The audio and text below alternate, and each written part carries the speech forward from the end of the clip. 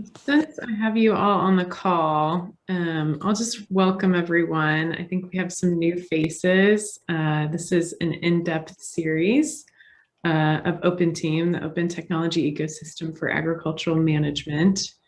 So we're a FAR-funded and we're kind of a collaborative community that's based out of Wolf's Neck Center for Agriculture and the Environment out of Freeport, Maine. This series is really about kind of growing our knowledge as a community and helping test out new ideas and concepts and learn from one another in that way.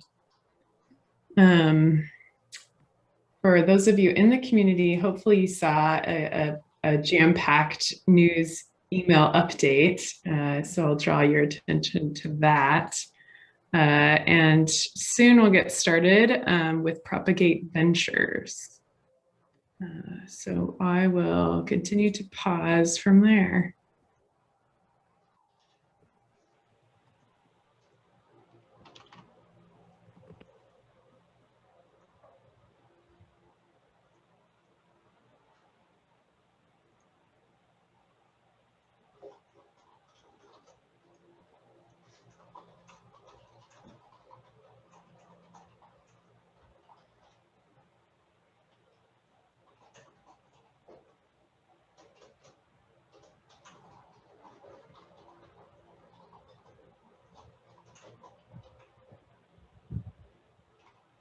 All right, I think you'll be on shortly, so we'll get started here. Thanks for your patience. Oh, hello, Jeremy. I see you now. Hey, can you hear me? I can, yeah. Welcome. Nice. Sorry about that. Yeah, let me introduce you. So everyone, this is Jeremy Kaufman. He's the COO of Propagate Ventures, and I think their goal is really about making agroforestry a bit more simplified. And so we'd love to just dive in with you. We kind of just introduced OpenTEAM. I think most people have some idea of who we are, and as do you. So we'll just hop into your presentation if that's all right. And we'll have still plenty of time for questions and at the end. So thank you again, Jeremy, for being here. Excellent. It's great to meet everyone. I look forward to having a discussion in a little bit. In the meanwhile, what I'll do is I'll share my screen and kind of run through a bit about what we do. Give me one moment here.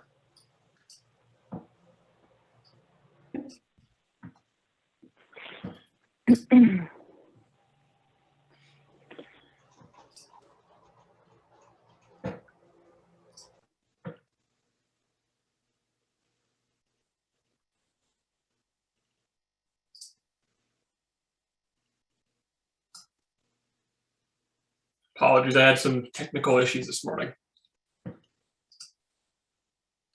No problem. Yeah. We have plenty of those. Just getting my bearings. Yeah.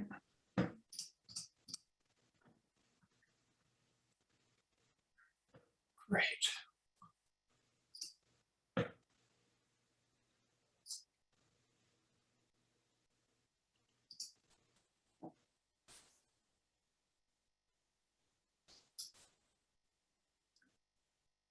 Let me know when you can see my screen. I see a black screen. There we go. There it is. Now we see it. Awesome. Well, thanks everyone. I'm excited to share a bit more about what we do, and kind of at a high level, what I can kind of share about what Propagate is and what our mission is at Propagate, we're focused on being able to accelerate the adoption of agroforestry. We're primarily focused in the temperate climates of the US. We work right now across 9 states with over 10,000 acres that we advise on. We really work in three different parts. We work on the analysis side, where we actually help farms analyze the right fit system for their existing production requirements, everything from grazers to row crop producers, and how they can integrate trees into their operation. And I'll dive a little bit more into the analysis side in a moment. The second piece of what we do is help with project development, where we've worked on the supply chain and a lot of these genetics around specific tree crops, and a lot of the kind of requirements on the ground to actually make those systems successful. And so we help farms in a variety of ways do the project development side of putting these systems in the ground. And the final piece of what we do is financing for these systems, which is in and of itself kind of a bit of a rabbit hole that we can dive into probably more in the Q&A. But providing financing for farms to actually invest into the trees as assets on a leasing basis is the high-level overview of that program. So for now, I'm just going to walk you through a little bit about our product on the analysis side. This product is kind of key to what enables us to quickly create insights for farms as to what the right fit system could be for their operation. And I'm just going to dive into that a bit. So this is a farm in PA. And basically what we have here is an app that allows us to draw a field, and then automatically on our ends, what we have is the ability to generate tree rows and rotate those based upon orientation of the farm. So, and then from there, all of these points are GIS accurate. So this can all be exported into a CSV file and put into GPS tractors for that field. You can change between row spacing. So if you want to do kind of a wider spaced alley cropping system, right, that'd be at 150 foot between row spacing, and you can change within row spacing. You can also change crop. So in this case, I can change this to say be elderberry, and it'll change it back to the kind of pre-built, built-in recommendation for what the spacing would be for elderberry for the farm. But obviously, you can move that back to a wider spacing if you were doing a different system. We work at this stage with the farm to help them design what the right fit system is for them. So oftentimes, this is a bit of a collaborative effort to be able to help them find what that is. And then we design kind of the whole farm to help them kind of think through what that system could be.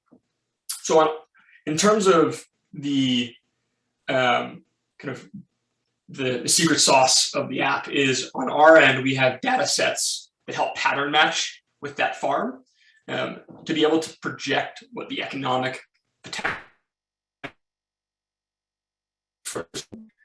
and the costs of the type of management that they want to be engaging with of their tree system. So it dives into yield, so looking at the amount of max pounds per year, diving into weather and pest and mortality adjustments to get a sense of what is actually affecting the model in terms of assumptions for weather and pest, thinning, shrinkage of the crop, et cetera. Dive into the revenue side of that to help them understand kind of what the revenue is over that time period. They can look at it in a 15-year basis, 20-year, 30, or 5-year. In the case of chestnuts, obviously there's no revenue there, so it kind of collapses, as you can see. That's just because it starts yielding in year 7. We have a breakdown there in terms of what their expected sales channels will be for revenue. And that can be editable based upon the farm and a few different parameters: distance from population center, strategy around who they want to sell to, that crop, and the overarching macro factors of the market for that crop. The next piece here is looking at operations. They can kind of get a sense of what the operational cost will be to support that system over time. And they can dive into all of the activities to manage that through installation, management, and harvest, understand the costs, the equipment, and the inputs to make that happen. They can dive into labor to understand what total hours will be for managing that system. So that way they can get a better sense of understanding, projecting labor out into the future, and then how much time it should take to manage a system Finally, they can dive into inputs and understand what that looks like on a year-over-year basis as they go through it. So we start to deliver kind of highly in-depth insights to help farms understand in detail what the needs will be of the system that they're looking to install. The final piece here is capital, which gives them a sense of what the infrastructure requirements will be for their farm, as well as the genetic stock requirements for that farm. And all of this rolls up into an economic summary that gives them a sense of the overarching economics of that system, what the returns look like over time, and what the potential is for them and what in their risk assessment of whether or not they should do that project. We have some other things that I will show here, which is we also have, are just in the process of releasing this, carbon projections. So this can give us the ability to project carbon of that tree system over time.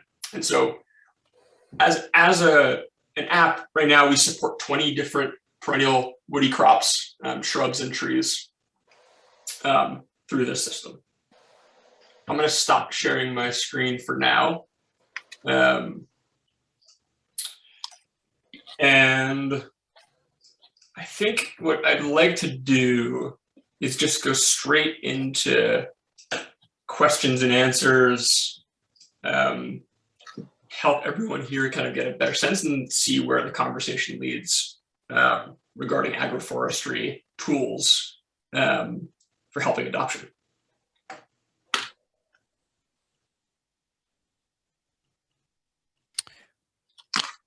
Thanks, Jeremy.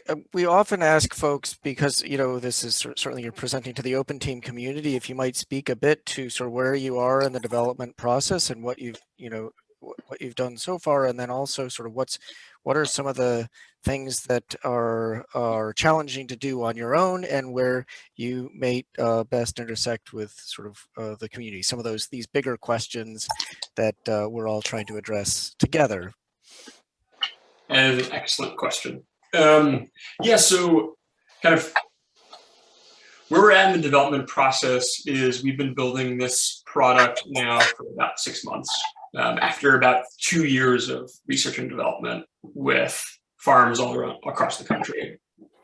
We're about at the point now where we're going to start inviting users to the platform.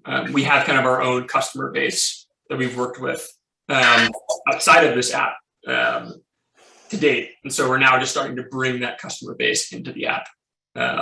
So the minimum viable product will be released within the next 3 to 4 weeks to our existing customers.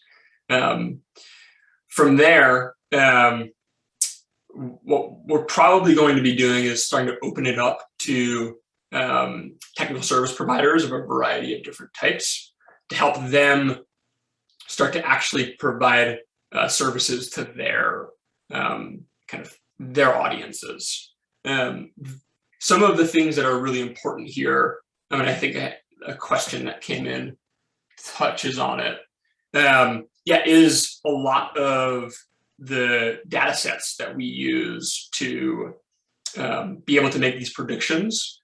A lot of that data right now comes from a set of assumptions that is really sourced from 3 areas. One is university studies in key regions. The second is from existing farms that are in production on these crops. And then the third is actually from our own farms that we work with and observational changes from the baseline of the other 2. So making adjustments based upon the realities that we're seeing on the ground. That's probably an area where over time is going to be the area of the most potential for collaboration, because every site is different and every region is different. We're going to need more and more eyes on the ground, so to speak, to help calibrate those models over time so they become more accurate, specifically by region and by crop within those regions. So yeah, that's the area where it's probably the most rich for collaboration right now, is helping refine those models such that they are able to better service the region, like the specific regional assumptions required. Do you at least have in the current model, and I understand that there just isn't a lot out there, but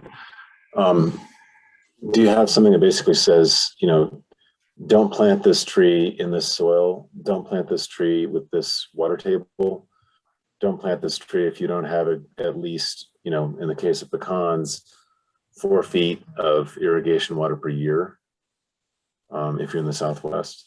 Yeah. And do you have sort of those cutoffs, so at least you're not suggesting that people plant things where they're going to get a catastrophic failure? Yeah, absolutely. We handle a lot of that in the onboarding process with customers right now, so we get a better sense. So we provide as a service kind of the intake to better understand what are those parameters around their site-specific conditions. And then when they come into the app, the only crops they have available are crops that are ones that are suitable for their specific site. So we're not actually, when they come into the specific environment that they're working within to make those projections, they're not seeing any crops that wouldn't work with their soil conditions, water access, things of that nature.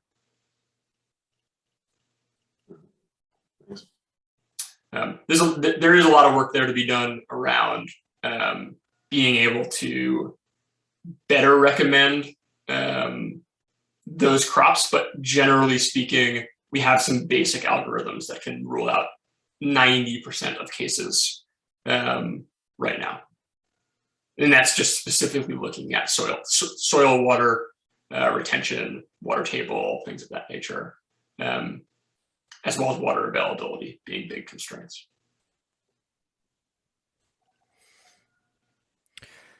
So Jeremy, I see there's a question also about user configurable assumptions to reflect their own local research, and I guess I'd like to see if you might respond to that. And I would add on to it, particularly around sort of financial projections and so forth. And that might be a little jumping off point to talk about how those assumptions and these models that users are building, either with you or on their own, feed into your financing model. Yeah, it's a great question. So right now, the way in which it works, it's very much a consulting model where we work one-to-one with farms. And that allows us to configure assumptions based upon the local context. We're not yet at the stage where we're going to be releasing, say, a user configurable ability to do that for a little while. And the primary reason for that is because there's just so many parameters to control. We want to make sure we're releasing features that focus are the highest impact for users to actually configure on their own, rather than just releasing all of them at once. But that is absolutely our intention. I think what we'll probably have and where we're going is that first, and then eventually individualized farms as we go and prove out the different variables that we want to surface. There was another question in here about context in Tennessee as well. Yeah, so a good example of this, in a place like Tennessee versus a place that's just outside of a major city, it's a huge factor. So distance to major regional areas, the strategy of how you sell the crop, the cost of marketing that crop are all kind of built in, such that if you have to go a longer distance to get to that end customer, if the number of end customers is greater, those costs start to actually accumulate relative to the sales strategy of that farm. And building that sales strategy is oftentimes based upon where that farm is located and the amount of customers that they need to acquire to sell that crop. In the case of something like chestnuts, there's a lot of different models that could work for a farm. There's a retail model where they're selling to a lot of different customers in 25-pound or less quantities. But the cost of doing that and managing is a lot of different customers higher than selling in wholesale contracts. So what we're able to do is give them the option to go either direction, and then they can scenario plan what those costs would be. and then make decisions when it comes to it 7 years down the line as to what direction makes the most sense for them.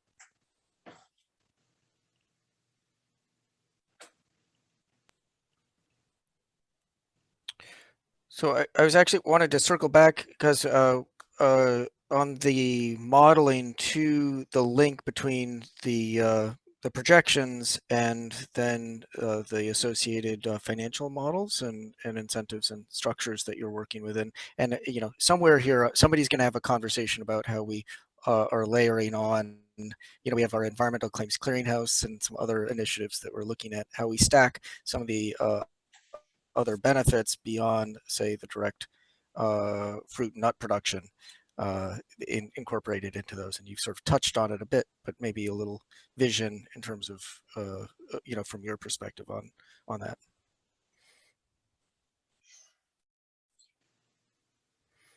And then a question from Steve queued up in the chat too, which you can you can take your pick. Yeah. Dorn, maybe you can repeat your question, because I think there was 2 questions in there and I wasn't sure. Oh, I usually do that. Yeah, at least 2. So yeah. Yeah, no, so I was just sort of prompting to, you know, we talked a little bit about sort of some of the power of or some of the challenge with some of these environmental, you know, some of these longer term things like perennial projects is the financing, as you mentioned in your opening remarks. And part of that is sort of building solid, trustable projections that both you're using and the producer are using. I'd just like to maybe, because you said you maybe talk about some of the innovative financing that you are using to help bridge that gap. And then the second part was really looking at alternative income streams that might not be indicated here. Awesome. Yeah, no, that's all a great question. So the way in which we've built out our financing solutions to date have been trying to find a way to get capital into the trees on land in a way that doesn't require the land or another asset to have to underwrite that investment. So looking at the trees as a productive asset in its own right, and then getting capital to invest in those trees as an asset above the land, not in the land itself. And so we built a structure around basically something called tree asset rights that is embedded within a lease structure that allows for investors to invest into trees on leased land in a long-term secure way, much like investors invest in solar panels on leased land in a long-term fashion. The key distinct factor there is there are certain provisions that allow for secondary and partnership leases where a grazer or a row crop grower can have the primary space between those trees within that structure. So that way that integration can actually occur without having investors kind of managing the entire process. And in terms of the second question on revenue streams, right now, agroforestry doesn't have an active carbon protocol, for example. There's forestry protocols, there's soils, ag land protocols, but there isn't really an agroforestry protocol that's widely available specifically for carbon. There's the way in which we think about this very much is that carbon is icing on the cake, and that the revenue streams that come from the woody perennials themselves have to stand on their own in many of these cases. Whether or not, and then when the environmental revenue streams come online, then they're having the documentation, the data sets available to actually back into that and provide the ability and access of these projects to plug into those revenue streams is really how we think about it. We have projects, for example, in PA that specifically look at water quality benefits and getting paid for those incentives around implementing agroforestry. And at this stage, we don't yet know what those might be, but we're tracking the information such that we can tap into those later. That said, there's ways in which programmatically within the application for things like existing programs, for things like NRCS or CRP, where we can actually embed those as either a revenue stream or as a cost reduction within the models. So we can work within existing frameworks right now to make that happen. I don't know if that answered your question or not.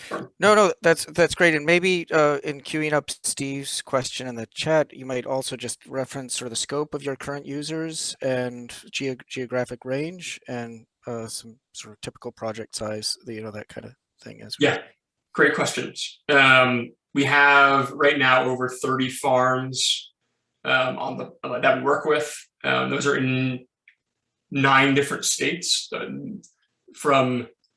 Basically ranges right now from Burlington, Vermont to Eau Claire, Wisconsin, down to Austin, Texas, and then across to Maryland.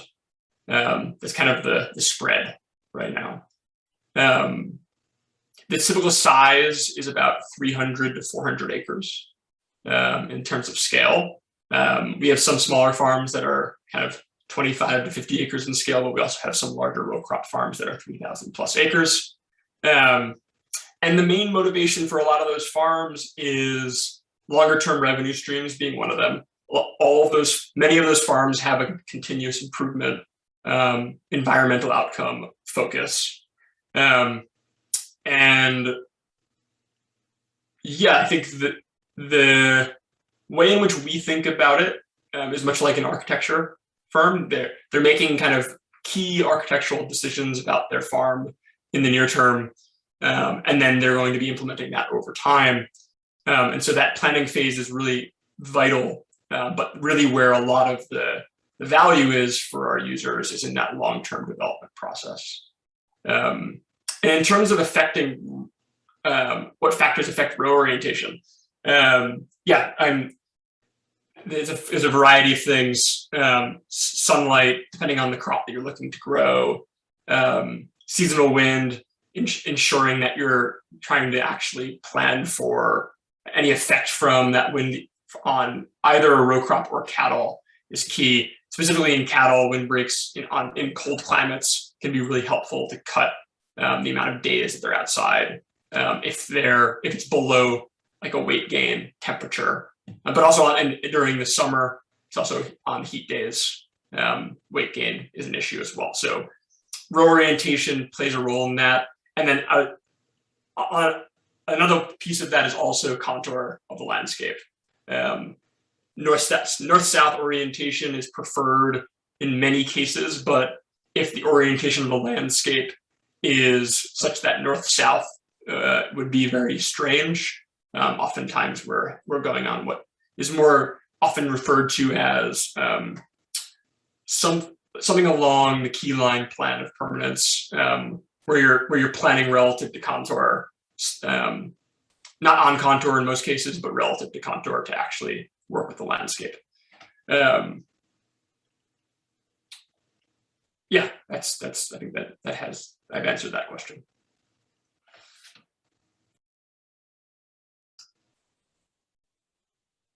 Returning to Doran's question about kind of and digging into this concept of leasing some more, I guess my understanding was that that you have a landowner, there might be a current leaseholder.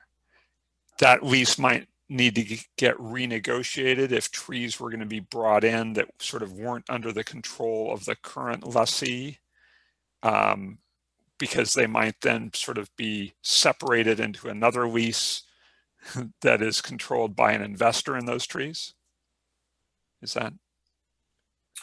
Yeah, so it takes a couple permutations. When the landowner and the farm manager is the same, it's different than when the landowner is just a passive landowner that leases their land. In the case where it's the landowner that's just leasing their land, there would have to be a renegotiation of the lease, primarily to factor in some of the key terms that build some safety around the tree health into that lease.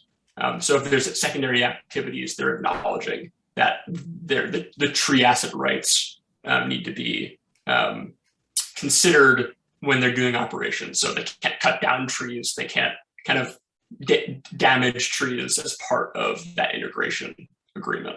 And And then with farms and landowners, farms where the landowner and the farmer is the same, it looks much more close to a partnership agreement, where the leases actually ride along, like the lease rides alongside what their existing rights are as a landowner, and we're just leasing the ground underneath the trees in that scenario, rather than the whole ground of the farm. Is that the shaded area? How do you determine? I'm just curious. Yeah, it's actually not the shaded area. It's the 3-foot swath at the base of the tree. So it's determined by 3 feet at the base of the tree on either side. So I guess 6 feet in total across tree rows. Interesting. So a 3-foot radius from the trunk, kind of. Exactly. So if you have a 6-foot trunk, yeah, right. It'll be many years till that's the case. In most big cases, trees. Yeah. In that partnership agreement, though, similarly, the farmer has to, I mean, they have this ground lease, but there would still be things that they could do that would be deleterious to the health of the trees. So is there typically a commercial motivation, a profit sharing, so the farmer is benefit, so incentives are aligned? That's exactly right. They get built into that lease agreement as a profit share agreement. Actually, it's actually structured as a revenue share agreement, which is a little bit more beneficial. They don't have to worry too much about the cost side of the equation, such that they can equate the amount of land that they're leasing for those trees to as a capital improvement, and that capital gets kind of brought into the total project cost, and that's how we determine basically the value of their revenue share. So we're taking basically the equivalent of land that we're taking out of production and giving it back to them in a revenue share. And it might be efficient for the farmer owner or lessee farmer, I guess, as well, to participate in the maintenance and care of the trees. Yes. And that's a separate part of the agreement? Yeah, there's a management agreement with anyone who's managing that system. We can separate that out a bit. Oftentimes it is the farmer that's there already, that's doing some of those tasks, but there's also times where it's a third party that's doing that. Sometimes it's our team, depending on regionally where it is. We have kind of in different regions, we have different levels of presence, so we can take on some more of that work region by region. But in that process, they can actually get paid to do those tasks. So it's not just they're doing them just because they actually would get paid on an hourly or a contractual basis to manage those systems and do those tasks, be it mowing or pruning or spraying of any kind. Makes sense. So there's a question in the chat about risk or who's taking on the risk in those contracts, especially the revenue sharing. Yeah, investors are taking on the risk in that. What we are doing on our end is building a pipeline of capital from third-party capital providers to go into those trees, such that the primary risk is on the investor side, not on the farm side. So I'd like to jump in if we follow up on that. Is there? No, go, Jeff. I was going to follow up on that, and yeah, I'm just wondering if there's a. I mean, again, maybe I'm a little too sensitive to what those risks are, since we do farm some pecans in New Mexico, and I'm aware of all the different factors that affect yields and profit margins. But I mean, that seems like a fairly high risk investment then. So are you providing similar margins, or is this a sustainability play, sort of green investment appetite for the investors?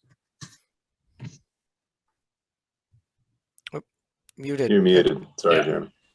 It's a great question. It's a fairly high risk investment, but the cost of doing the work is far less than it would be for buying land and owning that land underneath the trees. So you actually are able to increase returns as a result in a way that creates that outsized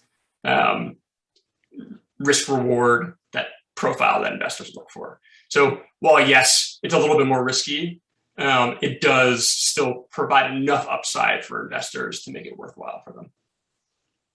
And I would say that in most cases, those investors are looking for specifically environmental outcomes or rural job development as part of that, as part of their thesis for investing into it. So there is, in most cases, there's a good for the world, good for the place thesis that goes alongside those investments. So along those, it sort of gets to another question I had, is that are your investors also diversified sort of geographically and across your crops, or are they investing on a project basis? And I always have two parts. So the other question, which maybe you could leave for a little later though, is that, you know, certainly this is an incredibly intensive onboarding process and planning process with, again, as we talked about, you know, you have your tools that are helping that now. So maybe after, you might also, I would love to hear maybe a little later about how your current onboarding process works in that financing scenario, you know, from project inception through towards financing, and then leading towards how you imagine that might scale, which I think sort of speaks again to some of the risk mitigation across geographies and climates and soils, et cetera. So. Great question. So right now, the way in which it works is on a project basis. Where we're going, and it's going to probably be the next, I would say, 12 to 24 months, depending on how things go, is we're going to be actually raising a large pool of capital for diversification across crop types and geographies, such that that risk is diversified on the investor side. And deployment of capital is a lot more streamlined to farms. I don't know if that answers, I think that answers both of your questions. I know it's a fairly short answer, but I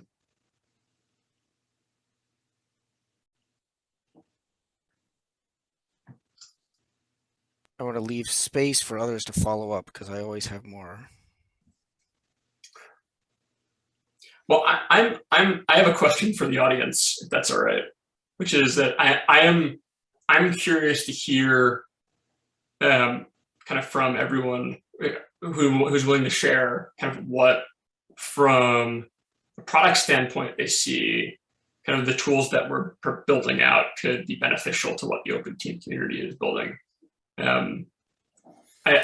Well, which is great, Jeremy, because what I was going to ask is often our final question is like, how can the OpenTEAM community support your work? So I think that sounds like a great way to continue this dialogue. Well, I can take a stab at it, and maybe one of the things I can do is actually just share my screen here.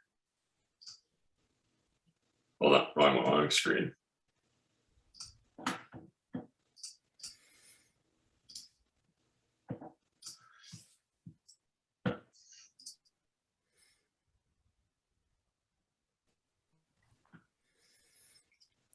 Well, while you're doing that, Jeremy, I mean, one of the things that comes to mind immediately is like, you know, we're working on how we can create some of the common resources that we can, you know, we have enter data once, use it many times. So anytime we have a chance for producers to be entering core data that can be shared and not have to ask our producers to enter it again, that's clearly an advantage. A second one is very much building libraries of soils and weather and plants in particular, and inputs. And contributions to what works well where. And so to the extent that we can be working to help build those plant data, you know, the plant data service, of course, comes to mind specifically with domain knowledge around perennial crops that may have some where we're constantly looking for more information around cultivars. I mean, we're sort of the pioneer on this as sort of the cover crop decision tool work, but certainly there's a lot of interest within the community around more of a, you know, including perennials as part of that decision support sort of library that can be pulled into other tools. So, which would certainly, and if that is entered for other purposes, would imagine would lower the barrier to entry for the planning process on your side as well. So that's my first take, and I'll hand it back to you. Yeah, that's great. I think that's a really rich area. Looking at kind of the different data sources, it kind of coming in and out. And so on our end, kind of the things that, we're working on is we kind of view this part of what we do as a planning tool, right? We look at it as both a kind of very specialized planning tool for tree crops, but it's also can very much be used as a generic planning tool over the long term beyond that. And that's kind of one of the opportunities, is looking at kind of what layers for planning become useful when planning sections, being able to actually understand crop counts, export that data,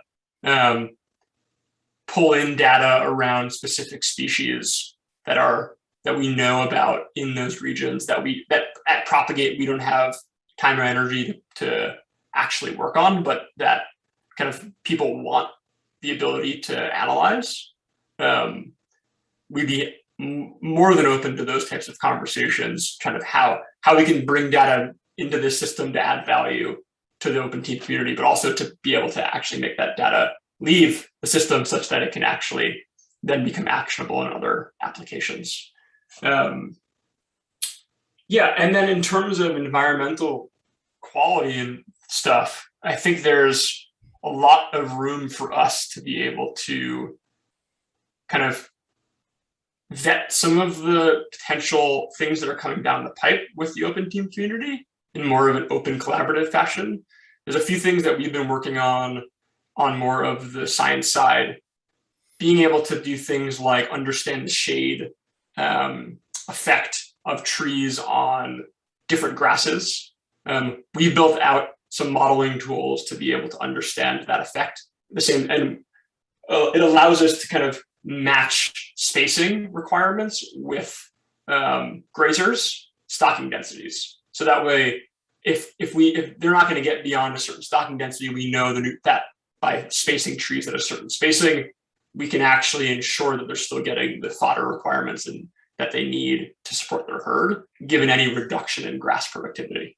There's kind of key areas like that. I kind of envision water quality areas, kind of soil quality areas, where there's a lot of room for collaboration, where some of the work that we are either doing or would want to do that the OpenTEAM community is already kind of on, where that data can become a little bit more open between what we're creating and what the OpenTEAM community already has. Yeah, I'll leave it at that.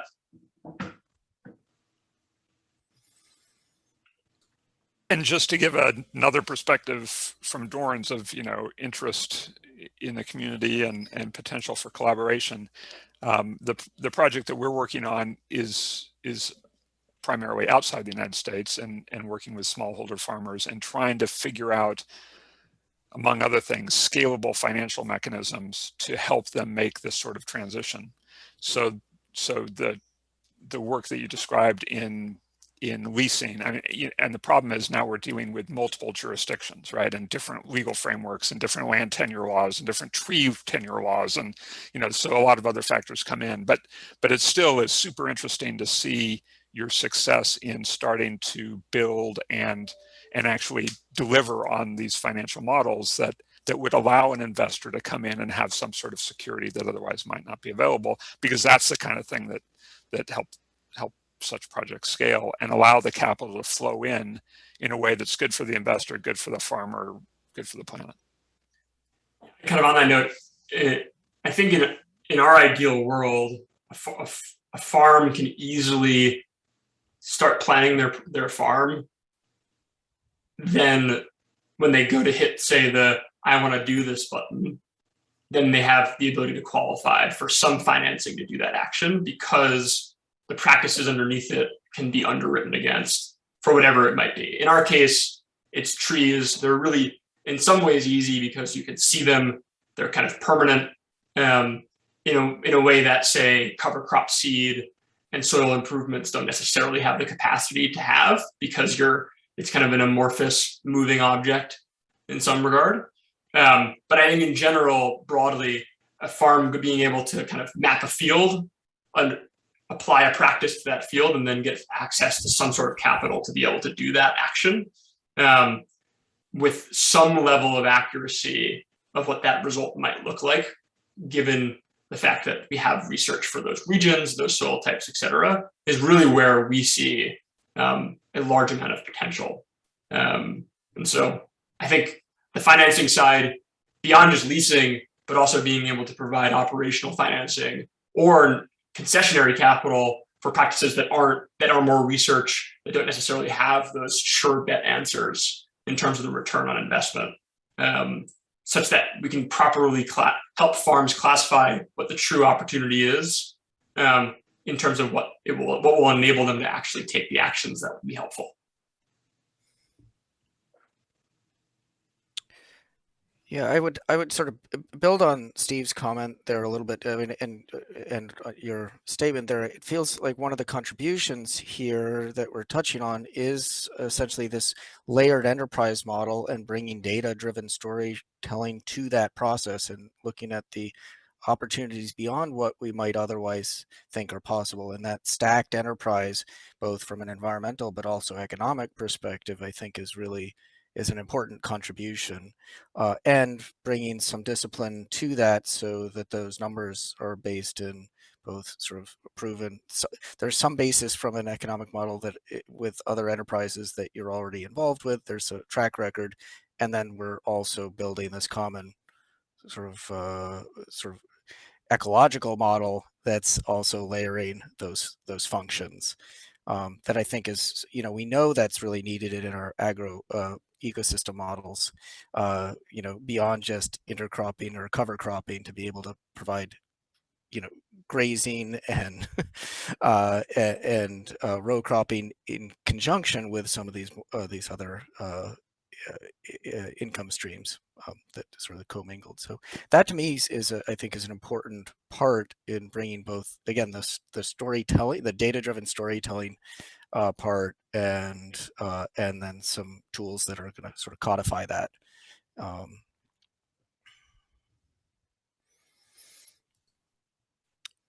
So that was less a question, but I couldn't agree more on that. One of the things I just want to kind of mention here is, the way in which we think about these things is that the plan defines the parameters of what it needs for it to be successful. So, for example, if we're planning a certain block of elderberries, we know we're going to need, if we're targeting X yield, we know we're going to need X volume, Y volume of storage capacity for that yield. So it means that we can start planning building infrastructure based upon what we're planning in terms of the field, and to automate some of those processes. The same can be said for irrigation. The same can be said for most of the parameters for what the planning process creates in terms of those assumptions. So that way we're mapping things to reality and not just planning for things that we want to be true, but things that are true given the realities of what that plan is creating. And I think there's a lot of these kind of through lines, what I would call algorithms, that kind of ensure the accuracy level such that it is within a probability of success. That I think that's a really rich area for us to ensure what we're doing, because if we allow for farms to do things that are just going to be set up for failure, it's really that's one of the big risks of changing agriculture in general. Is there's a lot of experiments that will fail, but if we present them as if they don't, then it's going to be really not a fun storytelling journey for us. So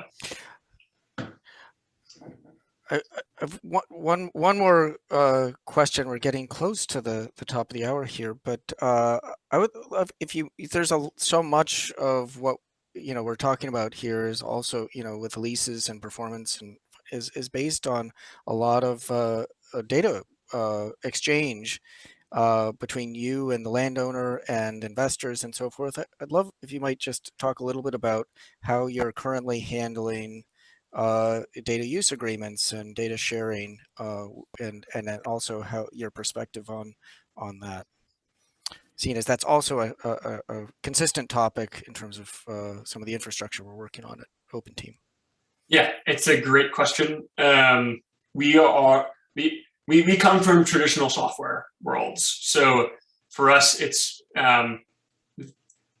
from our experience and what we're a company doing this work. So protection of that information, both for our customers, but also kind of our own proprietary data has been really a part of our journey for the last few years. And that's what's enabled us to have kind of a leadership voice in the market, because we have that data set. That said, with the farms that provide us insight into managing crops, with the research institutions that have high quality information, we want to create an open pipeline there of information back and forth, such that it's really easy for the quality of the information that we're providing gets updated. So the long answer is that the short answer is that we want to see a lot more evolution in data privacy, specifically around farms that are providing that information, and giving them the ability to actually see some benefit from the data that they're providing.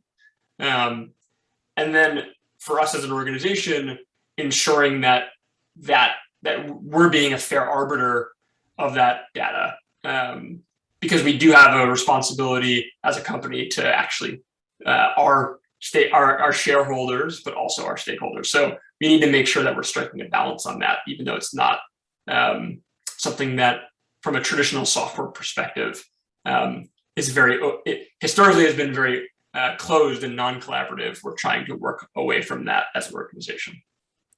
Sounds like you queued up a conversation around our ag data wallet. So with that, I'll hand it off to Laura to close us out. Yeah, thank you so much, Jeremy. I think there's a lot of points of intersection that we're going to have to explore more, and just thank you for your leadership in agroforestry in that whole area. And thanks for everyone for joining. We'll have our next in-depth in 2 weeks from now. So, I want to say one last thing before we leave.